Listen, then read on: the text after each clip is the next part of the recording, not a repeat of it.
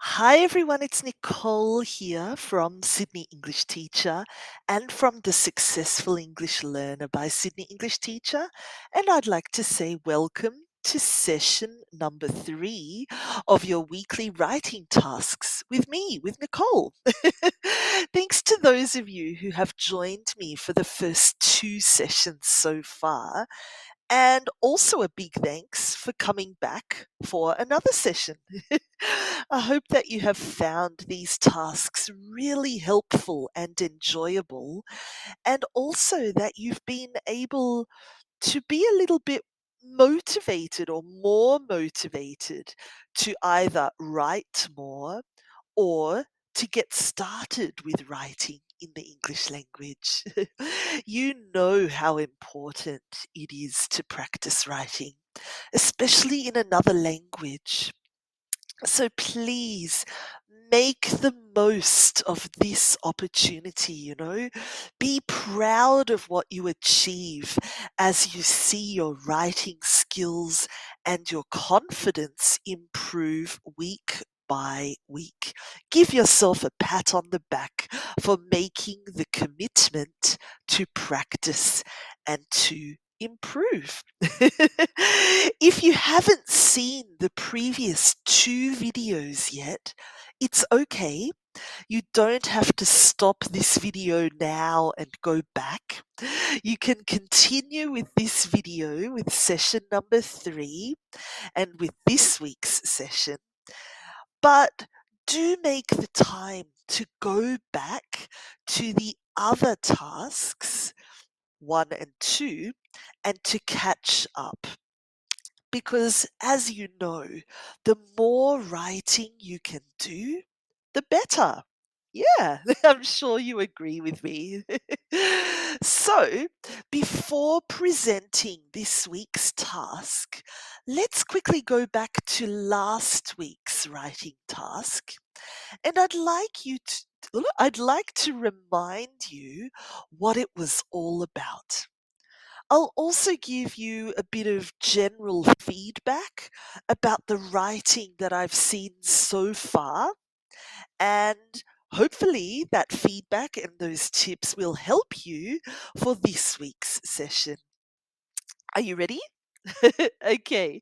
So last week I asked you to focus on your favorite things. I asked you to think about what you like, what you enjoy. That could be food or sport, a TV show, maybe your favorite animal, a book, a song. Doesn't matter. But I asked you to focus on just one of these things for last week's writing task. I then asked you to answer these 3 questions. Number 1, what is your favorite thing? Number 2, why is it your favorite thing?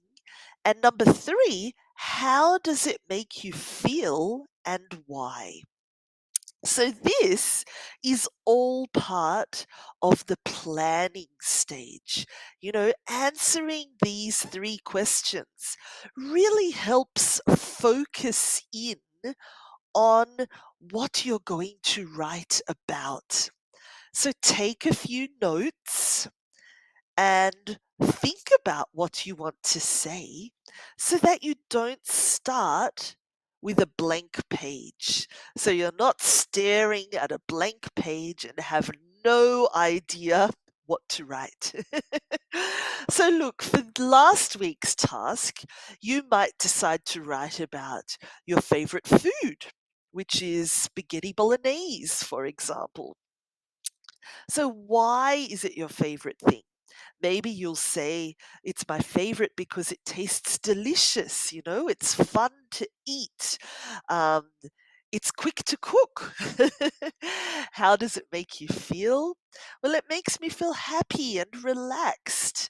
It reminds me of maybe family because we ate spaghetti every Friday night when I was growing up. So, can you see? Something like that. You're making the writing personal. You're answering those questions and talking about how it's relevant to you. Easy. And look, for those of you who didn't want to write about yourselves or about your own favorite thing, last week I gave you the option to write about someone else's favorite thing, just to keep it interesting, you know? So that was last week. And you'll find many more details about that topic in last week's video. But quickly, okay, before we move on to this week's writing task, let me give you some feedback about the writing that I have read and that I have seen from session number 2 last week. So here's some general feedback. It might not apply to all of you, to each and every one of you, but keep it in mind anyway, because it will help you for future writing tasks as well. I'm sure you agree. So let's have a look at some of the general feedback from the writing I've seen so far. Number 1, try not to repeat the same information over and over again. Okay? Instead, try to make it more interesting for the reader. You know, give a bit of variety. This means that you should avoid saying the same thing over and over again. You know, planning before you write will actually help you avoid this problem of repetition. So try to give new, detailed information in each sentence that you write, or try to answer the question what, or the question why, or even the question how. And each time you will have more details to add. You know, this goes for vocabulary as well. You know, try not to repeat the same word over and over again. Give a bit of variety in your writing by introducing maybe a pronoun, you know, he, she, it, I, you, by maybe using a synonym, which is the same meaning but a different word. Or maybe by explaining the word or the expression in a different way, using different words. You know, you're not on a word limit with this task. So be as creative and as descriptive as possible. As I always say, the more you write, the better. What's another bit of feedback that I have for you? I'd like you to try and read over every sentence after you write it, just to make sure that it makes sense, you know? Look for any spelling errors, any words that you've misspelt. Look to see if you can maybe add some more detail. Maybe you'd like to add. Sorry. I'm sorry. Maybe you'd like to add some adjective to give some more description. You know, maybe you can check that the grammar looks okay. You know, the more you practice reading over your writing and looking at it in detail very slowly, the easier it will be for you to identify and to fix any errors that you make, and of course, to improve what you write. So definitely get into this habit now. Don't just write and then forget about it. Write, then stop, read over it slowly and carefully, and think about what you could change to make it better. 1 second, sorry. Okay. What else can you do? Well, something else that I've identified is you need to make sure that your subject and your verb agree. You need to make sure that the verb you are using connects with the main topic of the sentence. So, for example, okay, if the subject you are writing about is singular, then you're going to have a verb with an S on the end, or you're going to have the singular form of the verb, such as is or was. For example, the dog runs in the park every day. So here the dog is singular, that's our subject. So we need an S on the verb, runs. Or the dog is happy to visit the park. In this situation, we've used the verb is because that's the singular verb. Does that make sense? So, same situation if the subject is plural. The verb will have no S on the end, okay? Or you will use the plural form of the verb, such as are or were. So, an example again would be the dogs run in the park every day. So, here our subject is plural, the dogs, and we don't have an S on the end of our verb run. It's just run by itself. Or alternatively, the dogs are happy to visit the park every day. So, in that situation, the plural noun, the subject is the dogs, and we're using the plural verb are. Easy. Does that make sense? Yeah. So, as part of your editing, I want you to always check that the verb and the subject agree with each other, that they connect, that they are used correctly.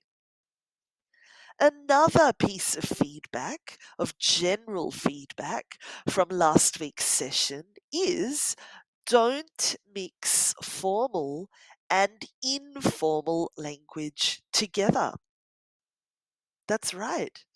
Don't mix formal and informal together in the same sentence or in the same paragraph.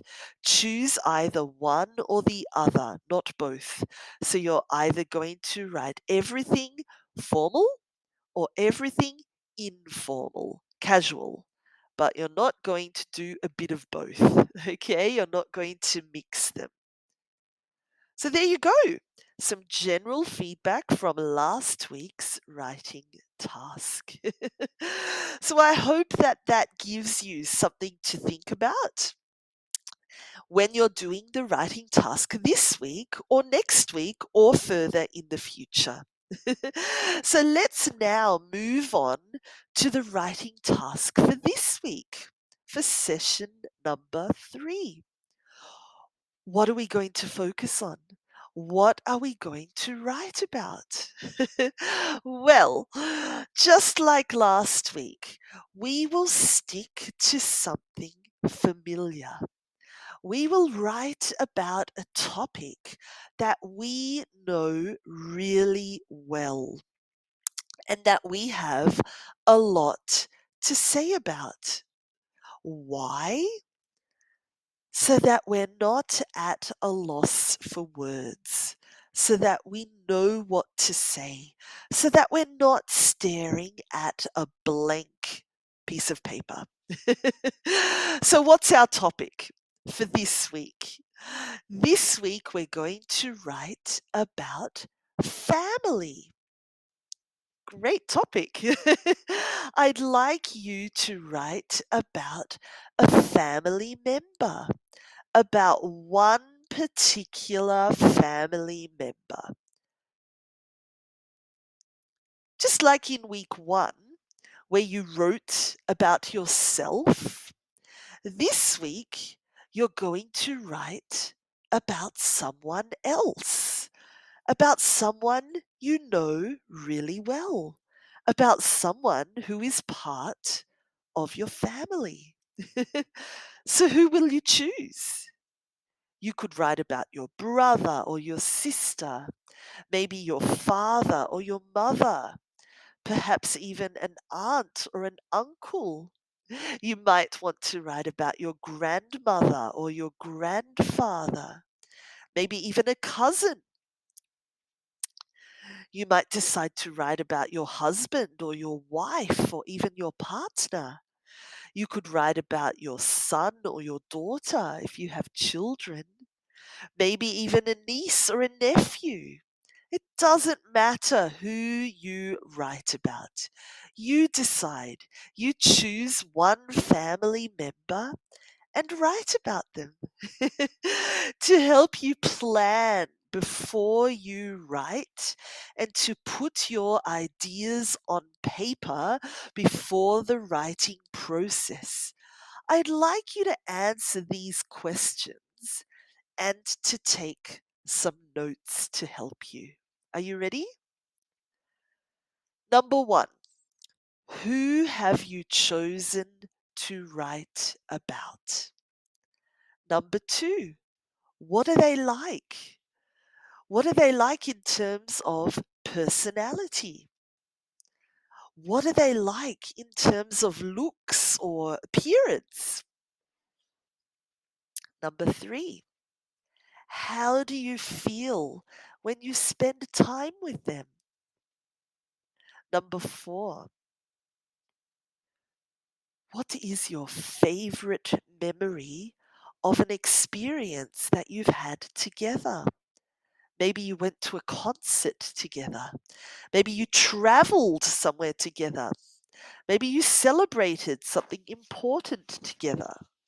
What is your favorite memory together of time you've spent together? Another question. Do you consider this family member a friend?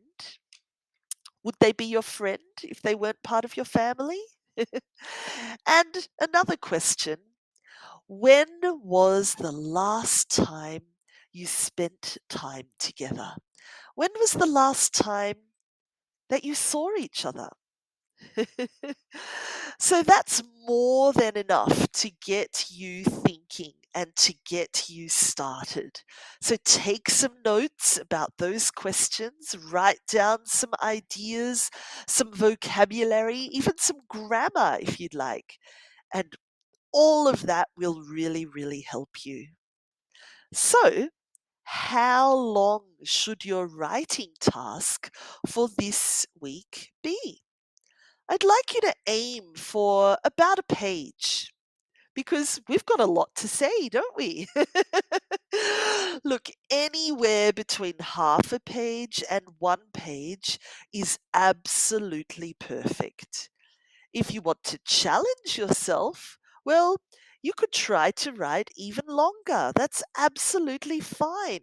But let's aim for about one page. That's perfect. Would you like to have an even bigger challenge? Would you like to challenge yourself even further? Well, how about you write about more than one family member? You could choose one family member to write about today, and maybe another one tomorrow, and again, someone else in 2 to 3 days. The more you write, the better.